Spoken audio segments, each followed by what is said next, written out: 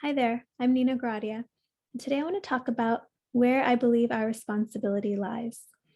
Our responsibility lies in being with our experience, not our commentary about our experience.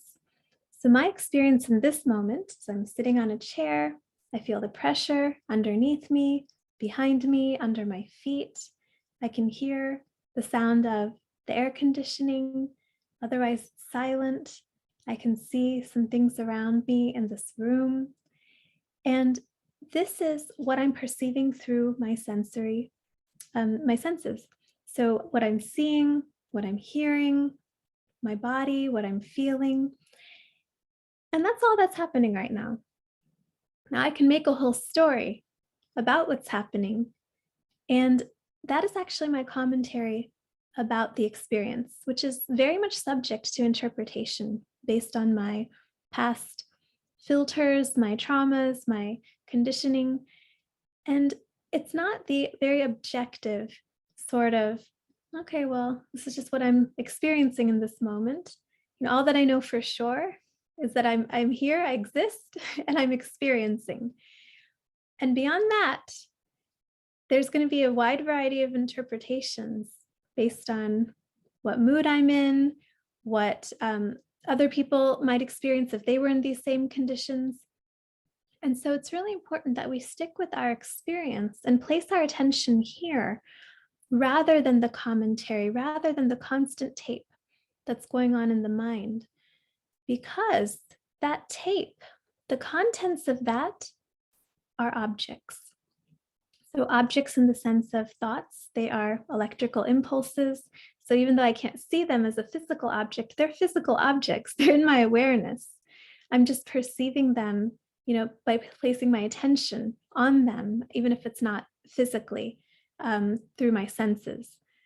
But when I have thoughts about other people, that's also kind of an object. I'm placing my attention outside of my experience, outside of myself. And so the more that I'm placing my attention outside of just simply what's happening for me right now, what's coming up for me, that is kind of where a lot of codependent patterns can start. I might always be thinking about another person, and I'm just placing my attention there, and I'm dissociating from my own experience. And then that dissociation makes me feel really alone because I'm not even with myself. I'm not giving myself that company. And so it's really important that I realize when I'm doing that and I shift my attention back to my experience, back to what I'm seeing, back to what I'm hearing, back to what I'm feeling in my body, that I give myself my presence, my company. So I place my attention here, right now, just in this moment, not in the mind, which is going to take me to the past or the future, usually not the present. But being in the present moment is by placing my attention on the present moment, on what's happening physically, auditorily, my sight. And my presence is here when I do that. And when it's here, I can't feel alone.